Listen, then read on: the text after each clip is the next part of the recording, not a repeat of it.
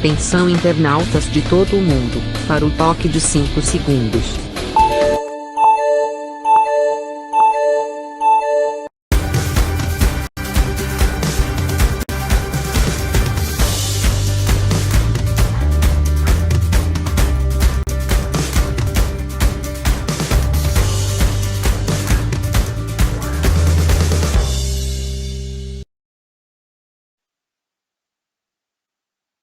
Pois é, estamos começando mais um programa Sérgio Cruz aqui pela viamorena.com. Depois da apresentação do programa B de Paula, das 7 às 8, das 6h30 às 8 da manhã, vem pela viamorena.com o nosso programa.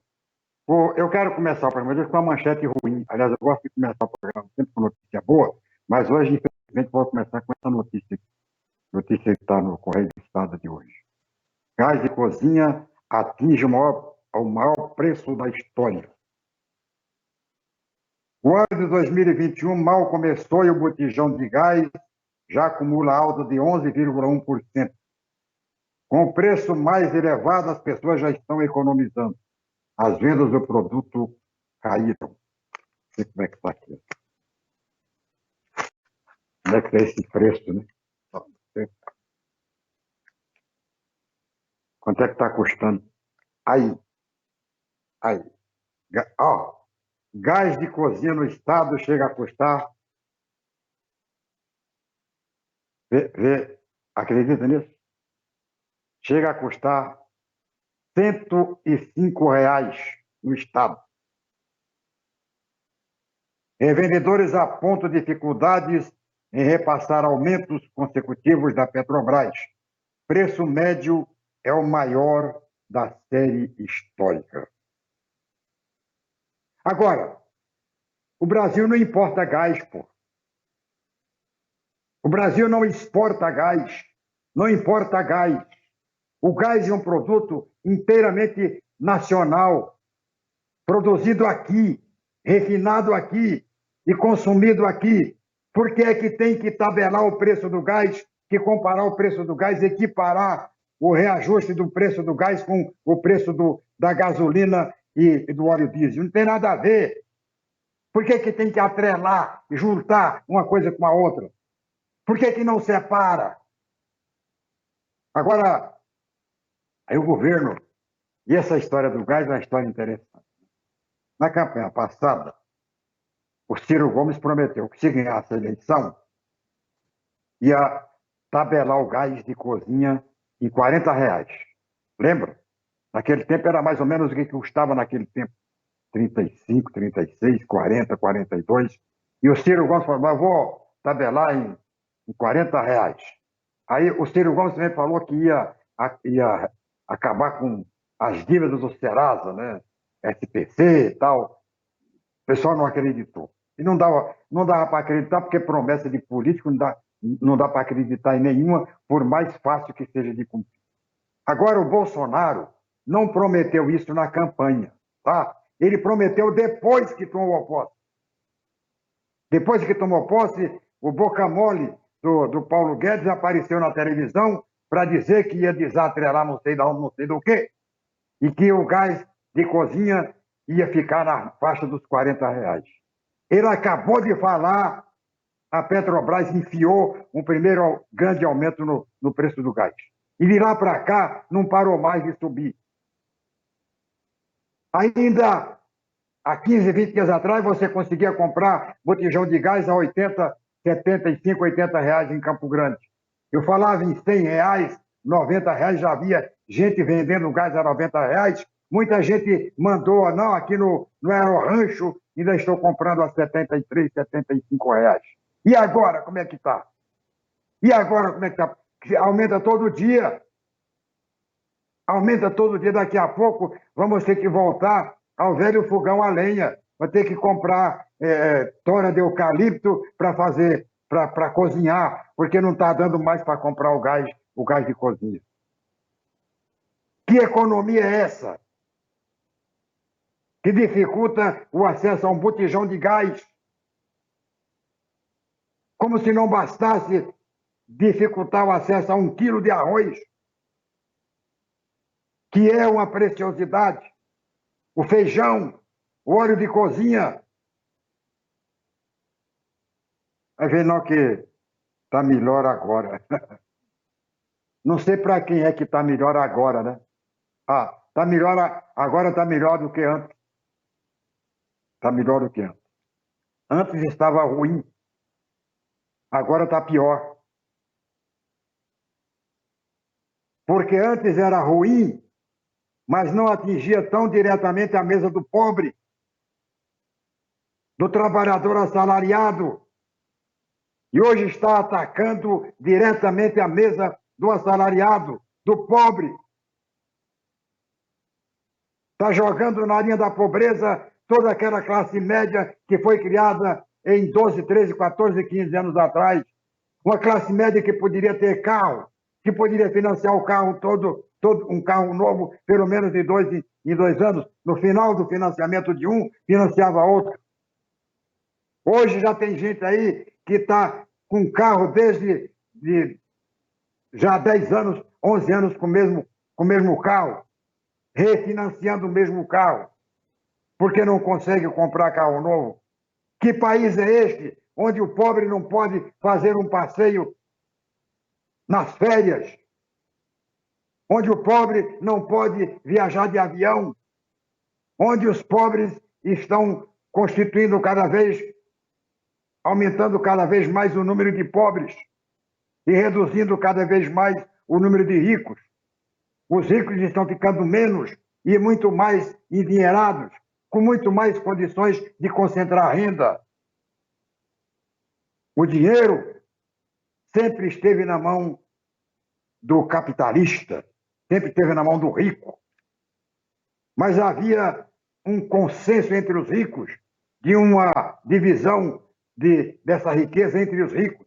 Hoje os ricos já acabaram com isso. Os ricos estão ficando pobres e os ricos estão ficando mais ricos. E os pobres estão indo para a linha da pobreza e muitos para a linha da miséria. Onde é que está o governo que não vê isso? Essa história do gás aqui, ó, isso aqui é uma história muito mal contada. Não me venham os especialistas em economia, porque é assim, cruza esse dado com esse aqui, aumenta para lá, o dólar sobe, o preço do produto sobe lá fora, tal. Agora, o preço o gás brasileiro não tem nada a ver com o gás americano. O gás brasileiro não tem nada a ver com o gás inglês. O gás é nosso. É produzido todo ele aqui no Brasil. Então, não justifica esses aumentos atrelados aos reajustes da gasolina. Assim como não justifica o próprio aumento da gasolina, porque lá fora a gasolina não está sendo reajustada. O que está sendo reajustado é o dólar. O dólar é o real brasileiro que está indo para o buraco. É o real brasileiro que está se desmoralizando perante todas as moedas do mundo. Então é preciso que o governo fortaleça a sua moeda para fortalecer as condições de vida do povo brasileiro. Não adianta fazer live, ir para a televisão e explicar, e tentar explicar, porque não tem explicação. O governo está gastando uma verdadeira fortuna com propaganda fora do país. Nunca se gastou tanto com propaganda do Brasil fora do país para tentar mostrar uma imagem favorável do país. Agora, o que mostra imagem favorável do país não é a propaganda paga. O que mostra a imagem do país são as ações do governo aqui no país. Então, essa é a manchete triste desta quinta-feira, dia de live do presidente Bolsonaro no Facebook. Hoje tem a live dele, vamos ver o que ele vai falar. O que ele vai explicar. Ele vai tocar nesse assunto aí do preço do gás, do preço da gasolina, do preço do diesel, do preço do álcool, que está inviabilizando a economia do Brasil. Quase, você está exagerando, seu Sérgio Cruz. Não estou exagerando nada. Quando aumenta o combustível, aumenta tudo. Quando aumenta o combustível, aumenta tudo. Aumenta mais o preço do alimento, porque o alimento vem de caminhão e o caminhão é tocado a diesel. Aumenta o preço dos remédios. Aumenta a especulação. Aumenta tudo. E alguém tem que falar. Alguém tem que ter coragem de chegar no rádio, na televisão, na internet e falar a verdade. E eu estou vivendo hoje um clima pós-64, onde a gente, aos poucos, vai sendo proibido de falar aquilo que deve ser falado. Existe, além de uma censura econômica, financeira do governo, que corta, né? Que está cortando a publicidade nos órgãos concessionados, existe ainda a censura interna de cada órgão, que proíbe você de falar e não permite que você fale a verdade, porque há uma censura prévia, uma censura não prévia, uma censura, uma autocensura, é o termo, autocensura, de algumas emissoras de rádio e televisão que estão se atrelando, né? Atrelando ao governo. Então, isso aí é preciso falar. Onde é que é impossível, né? E aparece gente ainda para defender. Alessandra Farias, muito obrigado por seu comentário. É verdade, estamos todo mundo lascado. Se comprar o gás está faltando o ovo. Só por Deus. Muito obrigado. Você também pode mandar a sua opinião sobre esses aumentos exagerados que está aí. Agora, não se pode tapar o sol com a peneira, tem que falar. Alguém tem que falar. E quando eu defendo aqui a Rede Globo, muita gente vem dizer, Globo lixo, Globo não sei o que lá. Nós temos que dar, nós independentes, nós que dependemos da política, né, e todo mundo depende, nós que temos consciência de que não se faz bem-estar sem a política, nós temos que dar graças a Deus ainda existir aqui no Brasil a Rede Globo, porque as outras estão todas no bolso do governo. As outras não criticam mais o governo, não têm coragem e não têm condições técnicas de criticar. Estão sendo compradas pelo governo. Então, está tocando um trem. Está tocando um trem aí.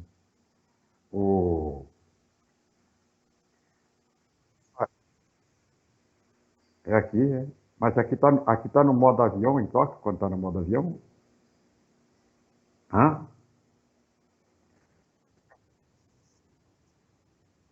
Ah, tá. Isso aí, porque tá tocando, né? Tá toquinho. Tá legal. Então tá. Vamos. Então tá. Dada a minha bronca aí. A minha bronca não resolve nada, mas pelo menos é um desabafo que eu faço em nome de todas as donas de casa de Campo Grande, todas as donas de casa de Mato Grosso e do Brasil. É um absurdo, né? O governo falar que está criando condições de, de, de, de paz e tranquilidade para a população, quando, né, não viu a situação dessa. Esse problema do combustível é uma coisa tão fácil de você resolver, né? Tem que. O Bolsonaro era o cara que mais era contra esse negócio de atrelar os preços, né, da gasolina às vendas internacionais e ao dólar. Ele era a greve dos motoristas que ele apoiou, defendia exatamente a independência do Brasil. Isso aí. O Brasil não precisa atrelar a sua gasolina, o seu combustível ao preço internacional, não precisa. Sabe por quê? Porque o Brasil é autossuficiente.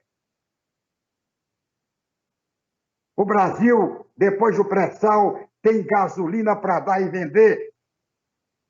Nós temos aí um programa de álcool via etanol que garante, que assegura a autossuficiência brasileira. Então, para que atrelar? Atrela apenas para vender e não para vender para fora e não para vender aqui dentro. Pode muito bem. Se o governo quiser, ele faz. Sabe por que não faz? Por causa da Petrobras. Porque tem que garantir lucros para os acionistas da Petrobras. E o principal acionista da Petrobras é o Estado brasileiro. O Estado não precisa de lucrar. O Estado tem que ter recurso para oferecer bem-estar, para oferecer tranquilidade e paz a economia do Brasil. O que está acontecendo aí é isso aí. Está acontecendo é isso aí. O governo atrela, e o governo, o deputado Bolsonaro era contra. Entrou no governo, cresceu o olho, não, tá? É muito dinheiro que entra aí. Dinheiro que entra para a Petrobras pagar R$ 107 mil de salário para seus diretores. O diretor da Petrobras ganha o dobro do que ganha o presidente da República. E é o governo brasileiro, é o Estado brasileiro, o principal acionista da Petrobras. Por que o Estado brasileiro não vê isso?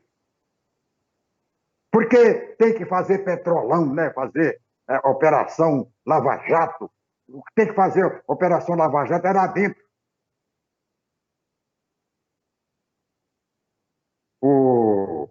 Falar aqui agora sobre esse caso que está rolando no Supremo Tribunal Federal sobre o direito ao esquecimento. A Rede Globo fez uma série sobre um determinado assunto, e a pessoa, né, o personagem da série, que já morreu há muito tempo, a família processou a Rede Globo querendo indenização por ter usado, né, a história.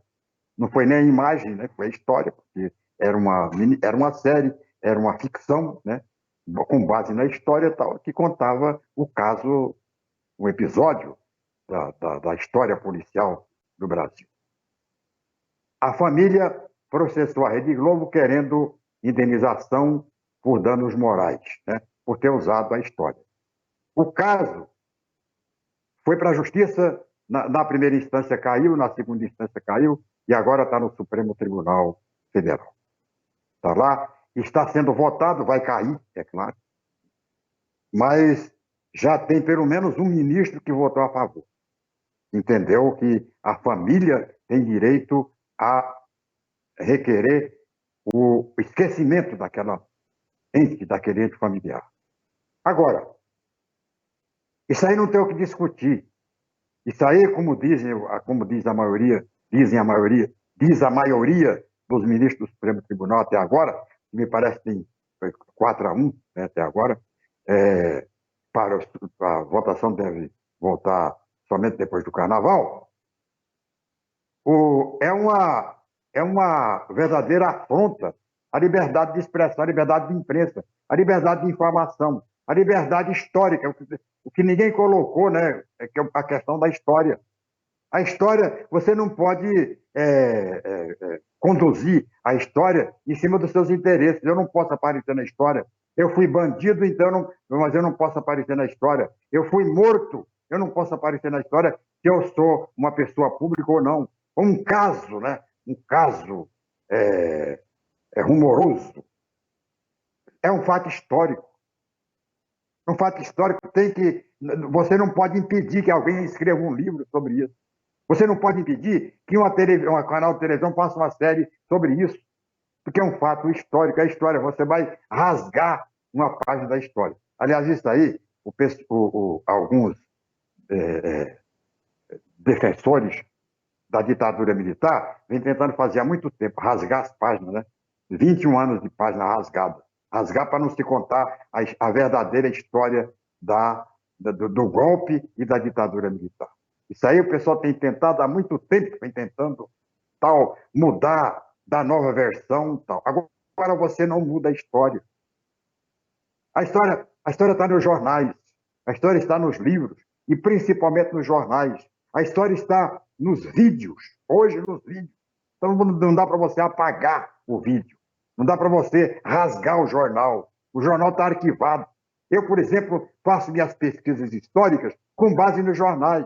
Porque o jornal, ele não mente. A notícia está lá. Ele não muda o nome da pessoa que foi assassinada. Ele não muda o nome do assassino.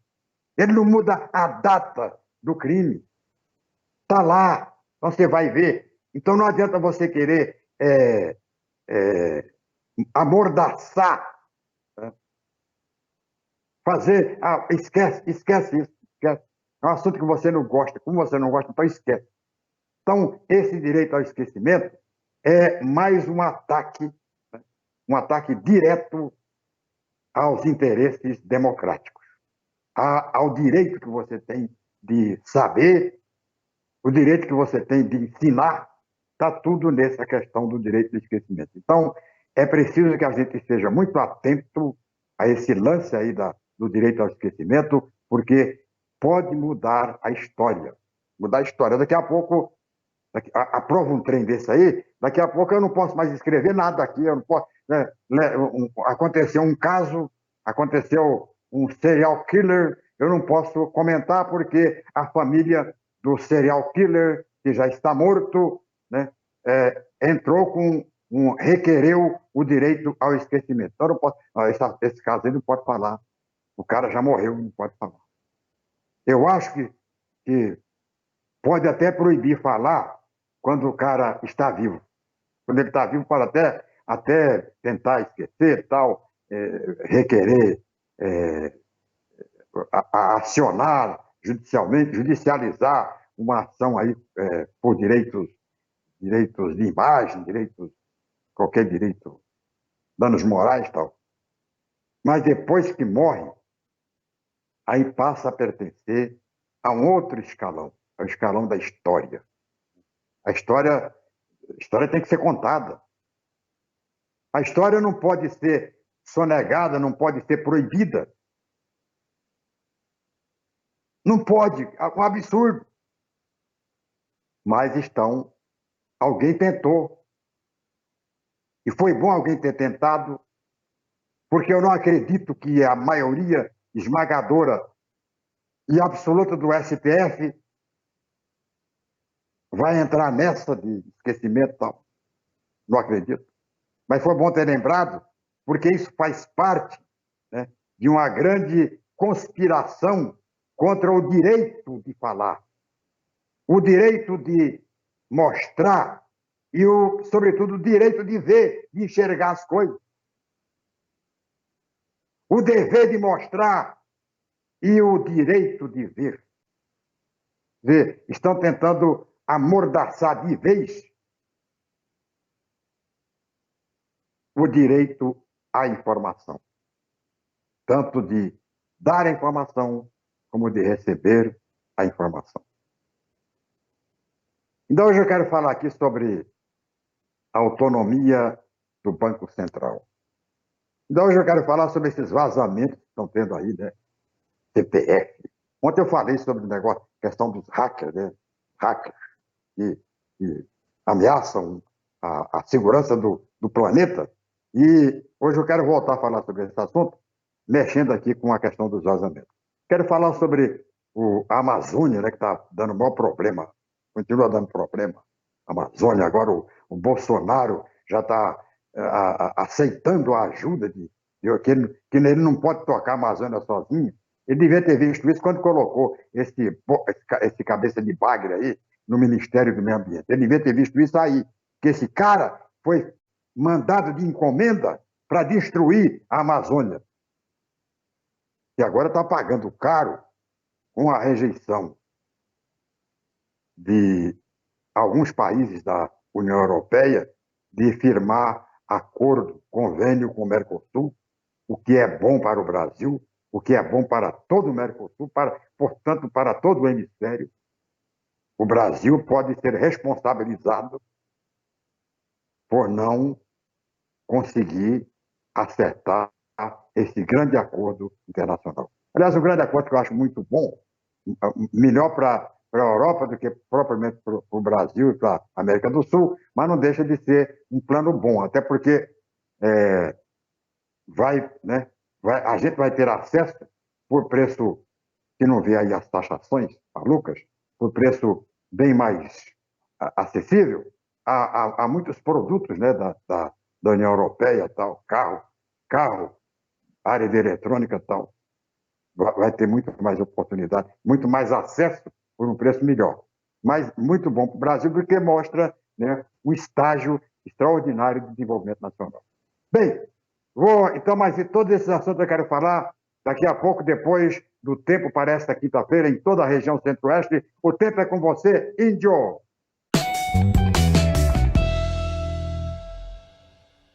Nesta quinta-feira, muitas áreas de instabilidade ainda vão se formar sobre a região centro-oeste do Brasil. A chuva acontece a qualquer hora no norte de Mato Grosso e de Goiás e também sobre o Distrito Federal.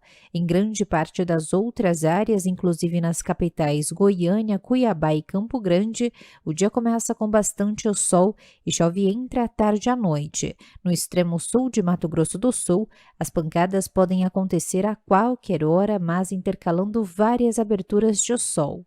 A temperatura mínima prevista na capital do país é de 18, máxima de 26 graus, em Campo Grande, mínima de 22, máxima de 31 graus.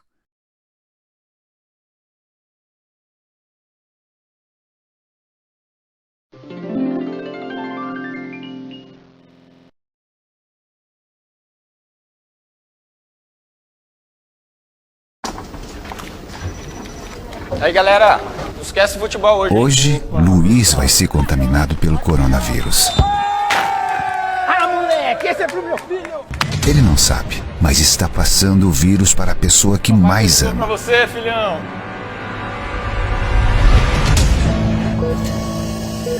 Até a vacina chegar, proteja-se. Não brinque com a sua vida e com a vida de quem você ama. Governo do Estado de Mato Grosso do Sul.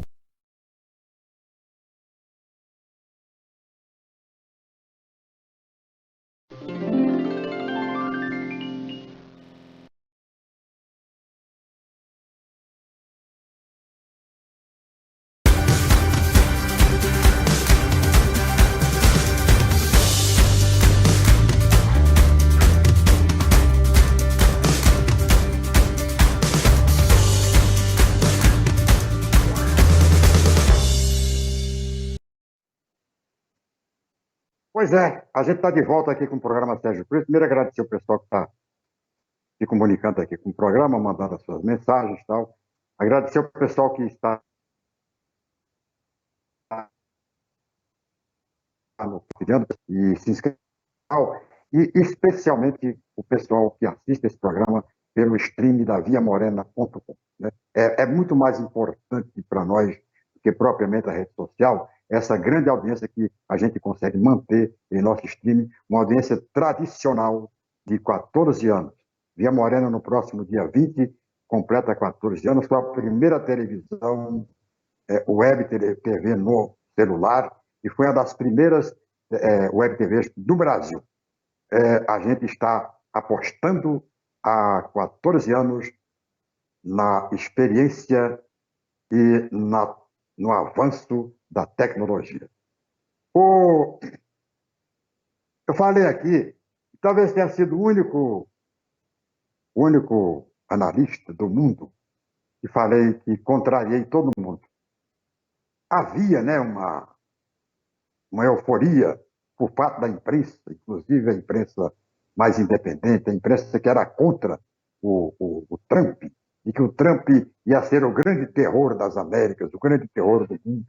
Que o Trump, isso antes da eleição, que ele ia ganhar a eleição, tinha tudo para ganhar a eleição. Perdeu a eleição. Perdeu a eleição, aí continuou. Eu vi até na Rede Globo, até na Rede Globo eu vi alguns comentaristas americanos achando que o Trump ia mudar a história do mundo. Ia mudar a história da democracia americana, que é a democracia mais antiga do planeta. Acabar, muda. O Trump, né, é o novo terror da democracia. É o anticristo. Ele vai vir e vai ficar aí 50 anos, vai acabar com a democracia americana. E aí depois o Trump perdeu a eleição. Não vou entregar. Muitas pessoas já não entregam. Então, os bolsonaristas, de um modo geral, achavam e publicavam na rede social que o Trump tinha sido roubado e que ia dar a volta por cima. Vai dar, você vai ver. Vem, o cidadão encontrou comigo na rua e ainda falou: Sérgio Cruz, você está enganado com relação ao Trump. Tem muita surpresa por aí. E eu falei: não vai ter surpresa nenhuma. Para mim não tem surpresa nenhuma. ele vai ser enxotado da Casa Branca. Vai sair de lá pela janela da Casa Branca. Não é nem pelas portas do fundo, é pela janela que vai sair. E aconteceu. Saiu de uma forma totalmente desprezível. Ninguém lamentou. Entre a maioria, grande maioria americana, a maioria silenciosa americana, ninguém lamentou a saída dele. Todo mundo aplaudiu, né, a entrada do Biden. Foi o que aconteceu. Ah, ele não vai permitir que reconheçam a derrota, porque essa invasão do Congresso Nacional aí, do Capitólio, ela foi programada antes. Não foi nenhuma surpresa. Todo mundo sabia que ia acontecer aquilo ali, que poderia acontecer algo pior, que poderia haver uma conspiração em nível nacional. Havia empresários americanos, comerciantes americanos, que estavam lacrando as portas de seus estabelecimentos à véspera do dia da posse, receosos de que pudesse haver um grande quebra-quebra nacional, uma noite de cristais nos Estados Unidos, de quebrar vidro nos Estados Unidos. E eu falava que não vai acontecer nada. O pato manco vai sair numa boa, vai ter alguma reação. Reação de perdedor. Os perdedores vão espernear. E só isso, porque a democracia americana é suficientemente forte e preparada para rebater, para refrear todos esses arroubos de valentia, de falso patriotismo. A democracia americana não cai nessa, não. Ela é forte. Ela é poderosa. Ainda é poderosa. E vai continuar por muito tempo. Não diria como a polícia do mundo, né, que sempre foi, mas pelo menos mantendo, né, as bases e as diretivas do Estado Democrático de Direito. E agora está o impeachment. Não vai, provavelmente até nem perca, mas esse processo de impeachment, mostrando o canalha que é o Trump para a população americana, para a população do mundo, vai terminar inviabilizando qualquer projeto que ele tenha para o futuro, de voltar à presidência da República. Vai inviabilizar de vez. O americano acordou, e acordou em tempo. O americano vacilou quando elegeu o Trump. Houve um vacilo, não havia necessidade nenhuma de eleger o Trump. A nação estava bem, equilibrada. Não havia nenhuma operação lava-jato lá. O governo do Obama, um excelente governo, um governo bem avaliado pela população, poderia ter feito tranquilamente o sucessor se não fosse o vacilo da própria população, se não fosse o erro do Partido Democrata em lançar a Hillary Clinton. Ninguém queria saber da Hillary Clinton. Não precisava ter mudado, mas aprendeu a grande lição. Que mudar é bom quando você muda para melhor, não quando você muda para o pior. E todos eleitores conscientes dos Estados Unidos que votaram na eleição do Trump, principalmente aqueles que deixaram de ir votar, se abstiveram, entenderam que a presença do povo na eleição é decisiva, é primordial para o fortalecimento das instituições, para o fortalecimento da democracia. E o povo foi votar em massa. Quando o povo vai votar em massa, as chances do da extrema-direita são reduzidas. Foi votar em massa para restabelecer a ordem, para restabelecer a paz nos Estados Unidos. E o impeachment do Trump pode não sair, dificilmente sai, precisa de 17 votos do Partido Republicano. O Partido Republicano não vai querer dar essa colher de chá para os democratas, né? Por uma questão até de preservar-se, né? Preservar seus mandatos e seus redutos eleitorais. Mas fica aí a grande lição para os americanos e para o mundo. Não adianta tentar contra a democracia americana do jeito que o Trump tentou, porque não vai conseguir nada. Não vai conseguir nada. Pode ser até que o governo do Biden seja ruim, e eu estou vendo aí, sentindo que pode ser ruim para o resto do mundo, né? Que pode o Biden poderá tentar voltar àquela velha política americana de polícia do mundo. Eu já vi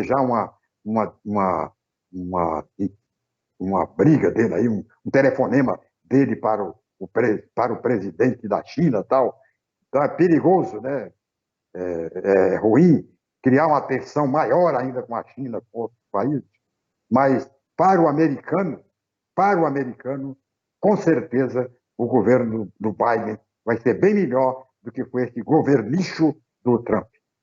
E se ele for caçado depois de derrotado, terá mais uma vitória para a democracia americana, sem dúvida. Mais uma vitória para a democracia ocidental. Autonomia do Banco Central. Eu, na eleição, não nessa, mas na outra eleição, a eleição da Dilma, eu votei na Marina Silva, porque ela prometia a autonomia do Banco Central. Aí, eu estou ouvindo, né? Me convenci, naquele tempo, de que era necessária a autonomia do Banco Central, até porque o PT era contra. O PT era contra, tal, então eu fiquei com o pé atrás. Se o PT é contra, deve ter alguma coisa que se aproveita nisso aí, nessa autonomia do Banco Central. O que se usa muito é a autonomia do Banco norte-americano, a autonomia da maioria dos bancos no mundo, e que dão resultado, né? Resultado favorável para a economia. O meu receio, né? Sempre tive esse receio, e agora muito mais, porque agora me parece que a coisa vai se concretizar, é de que essa autonomia passe a ser exercida pelos banqueiros. Esse é que é o meu receio. Por quê? Porque quando houve o processo de privatizações, o meu receio é de que as agências reguladoras caíssem na mão das empresas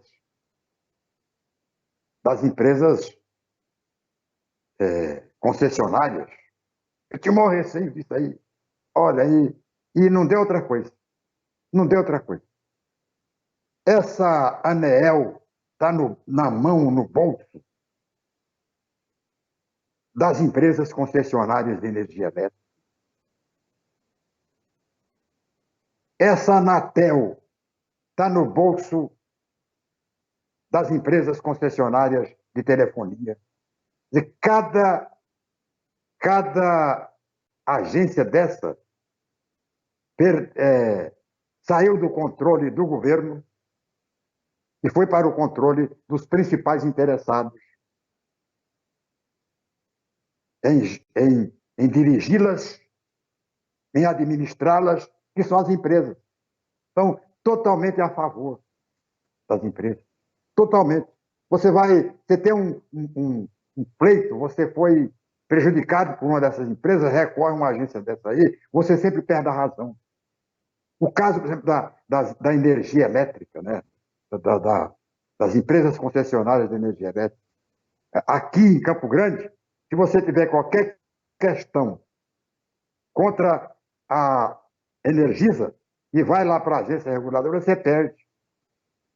Estão sempre a favor da agência reguladora nem analisam o seu pedido, seu processo. Não, a empresa, né, que vale é o que eles vão consultar a empresa. Você manda uma queixa contra a empresa e eles vão consultar a empresa. Você só consegue alguma coisa contra a agência, contra essas concessionárias na justiça, porque essas agências reguladoras são uma vergonha.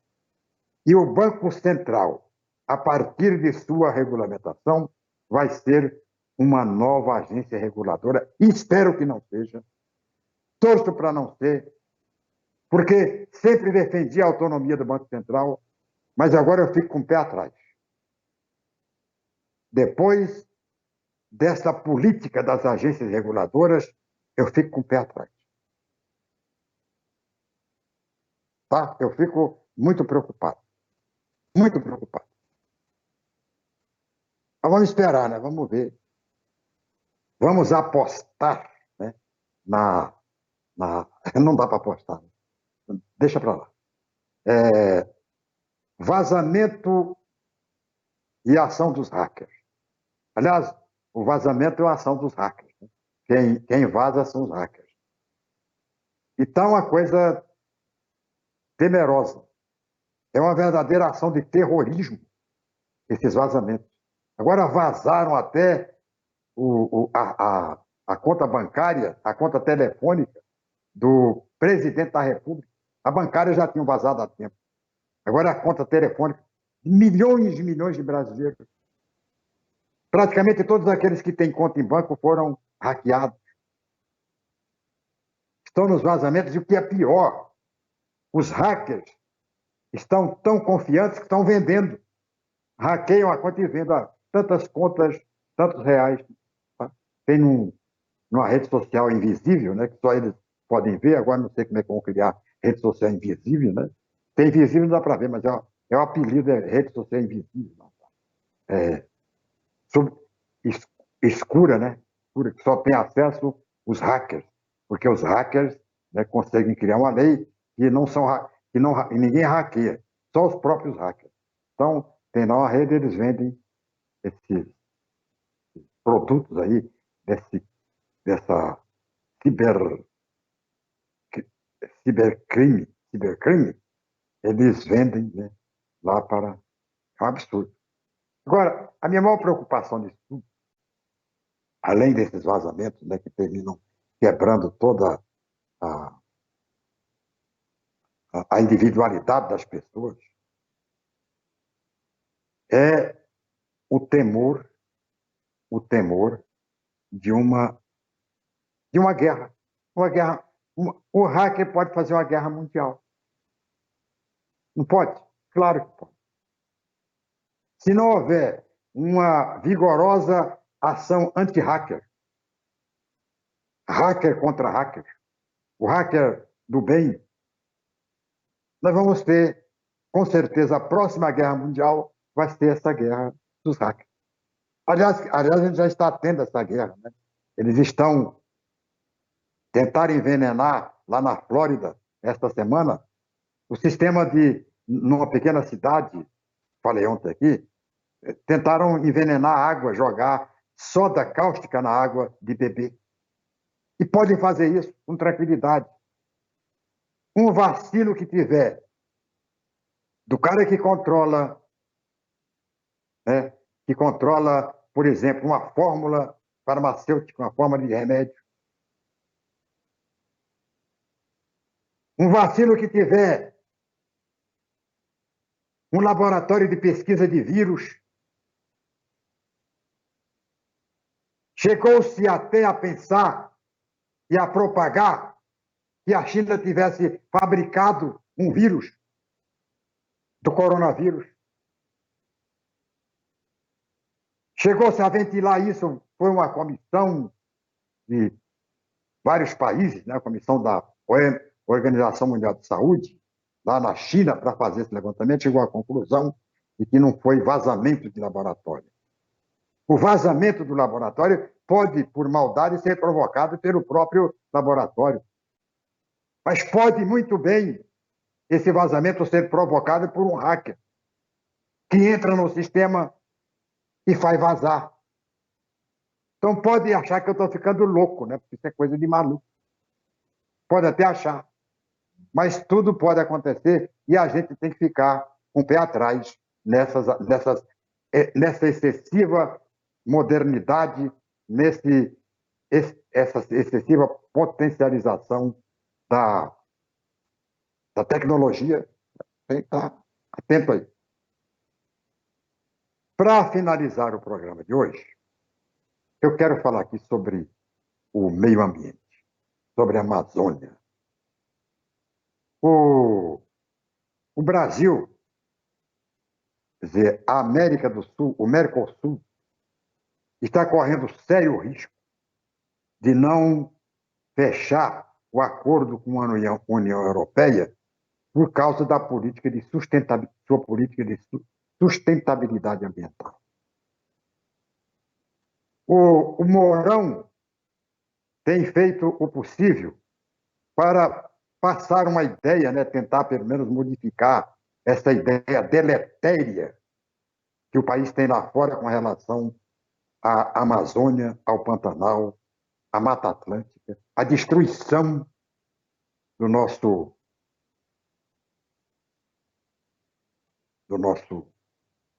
meio ambiente, do que resta de floresta no Brasil, que sofreu um grande impacto a partir da posse do Bolsonaro. E, sobretudo, da pessoa que ele colocou, né, para tomar conta disso aí, que foi o ministro, esse Salles aí, ministro do Meio Ambiente, que é totalmente contra o meio ambiente. Aliás, o Bolsonaro tem disso, né? Ele coloca lá na Fundação Palmares um negro, que é contra os negros. Um negro chamado negro de alma branca. Colocou lá. E coloca esse inimigo número 1 da natureza como ministro do Meio Ambiente. Por que ele colocou? Colocou primeiro para atender os madeireiros, para atender os garimpeiros clandestinos, para atender os grileiros e depois para mostrar ao mundo qual era a intenção dele com relação ao meio ambiente e principalmente com relação à Amazônia. Colocou o Salles, que foi um pedido desse pessoal a ele. Colocou lá. Porque o próprio Bolsonaro sempre foi contra a fiscalização do desmatamento da Amazônia. Sempre foi a favor da exploração ilegal dos garimpos na Amazônia. E eu falo isso não é porque eu esteja contra as políticas do Bolsonaro, não. Eu falo isso porque o próprio Bolsonaro assumiu esta condição no momento em que desaprovou a ação de fiscais do IBAMA que tacaram fogo naquelas máquinas que estavam desmatando lá na Amazônia. Ele chegou, não pode, Botafogo não pode queimar as máquinas, quando é uma restrição imposta pela própria lei, né? Facilitada pela própria lei, obriga que o fiscal, sob pena de se acumpliciar aos madeireiros e aos garimpeiros, e tacar fogo em tudo, queimar. Bolsonaro não, vai devagar, não é por aí. Não é por aí. Agora, uma das coisas que o Bolsonaro fez, que mais chamou a atenção do mundo, foi o rompimento dele, foi a lacração, o fechamento da Amazônia, do Plano Amazônia. Havia um consórcio de nações europeias que financiavam a política de preservação da Amazônia, financiava com dinheiro. Dinheiro da Noruega, dinheiro da Alemanha, dinheiro de vários países do mundo que viu para o Brasil para exatamente patrocinar a fiscalização ampliar os meios para fiscalizar o desmatamento ilegal, o garimpo ilegal. Mandava dinheiro, muito dinheiro. Foi o que o Bolsonaro fez. Acabou, não queremos esse dinheiro. Não queremos isso, não queremos interferência. Agora eu estou vendo aí ele reclamando. Pois é, o Brasil não dá conta, só é claro que não dá conta.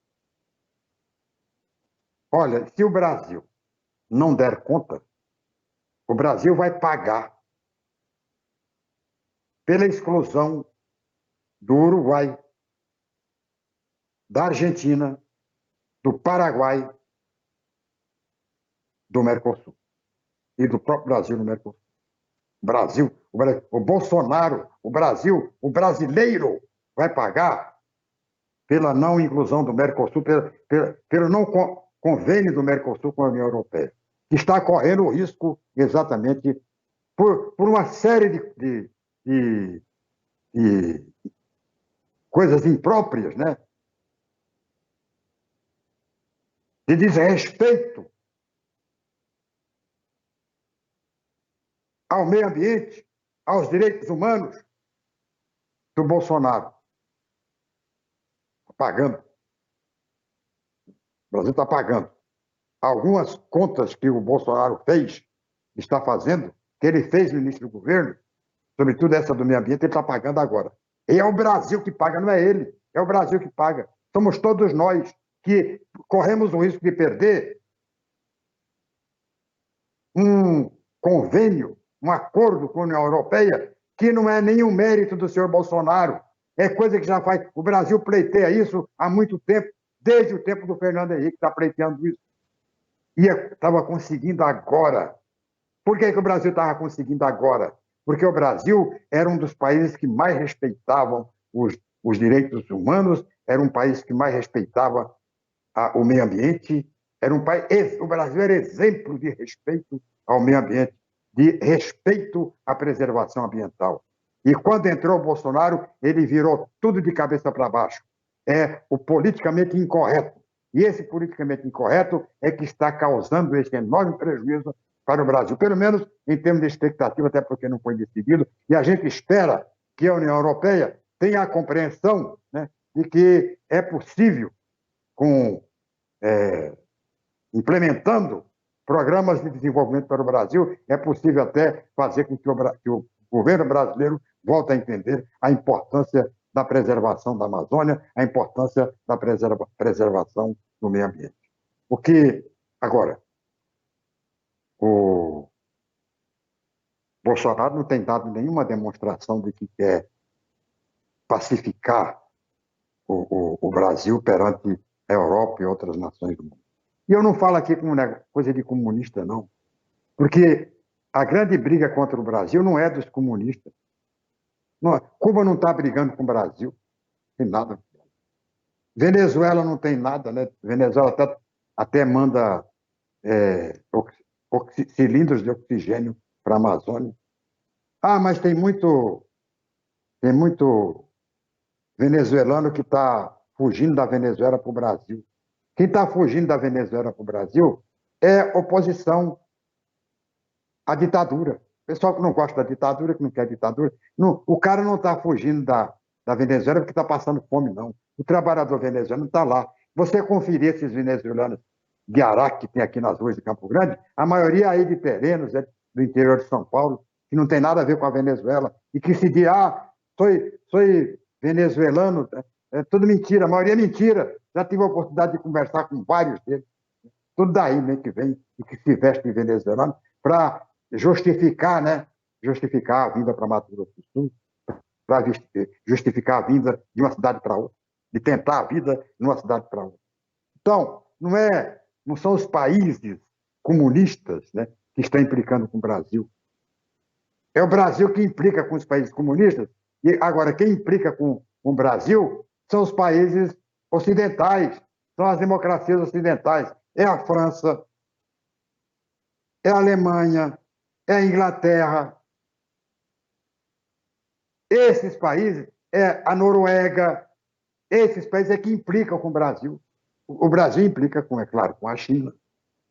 Não tem nada a ver, né? Até porque a China é o principal parceiro da economia do Brasil, mas o Brasil implica com a China. Agora vai ter que implicar com os Estados Unidos. E agora, olha, vem uma briga aí que a briga vai, né, vai tomar conta, né, por muito tempo de todas as atividades diplomáticas do Brasil e do mundo, que é o 5G.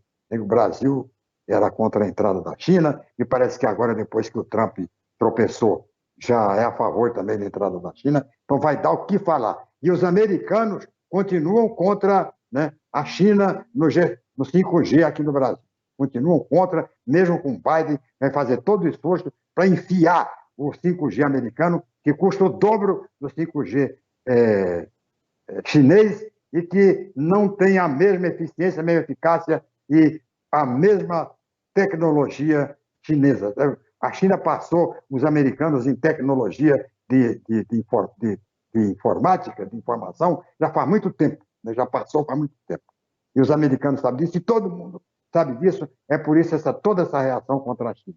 E é preciso tomar cuidado com a China, porque a China é perigosa, ela vai entrando, igual micuim, vai entrando, daqui a pouco vira um bicho de pé.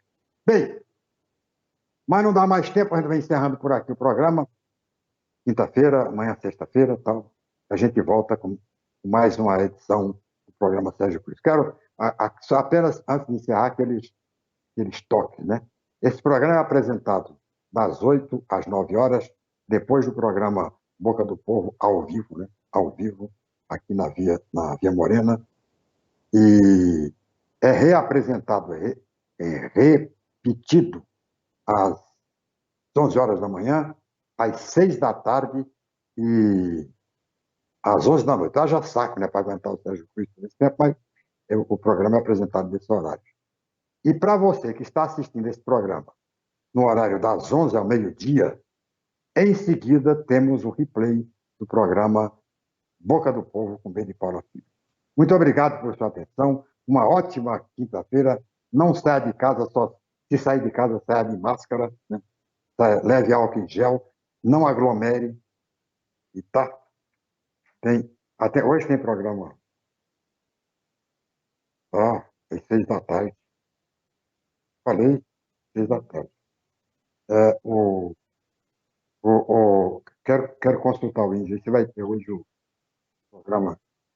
8 horas tem um programa. Já deu tudo certo. Já tem o Nilson Guerreiro. Quem é Nilson? Ronilson Guerreiro. Quem é? Ao vereador Ronilson Medeiros. Ao vereador Guerreiro. Ronilson Guerreiro vai estar hoje no programa. Vereador novo, né? Vereador pela primeira vez. Tal. Então, convidar todo mundo para que esteja com o Diogo Ajala e o Edson Índio às 8 horas da noite para o programa Já Deu Tudo Certo com o Ronilson Guerreiro. Assista, participe e compartilhe. Muito obrigado por sua atenção. Até o próximo programa e tchau, Pica-Pau.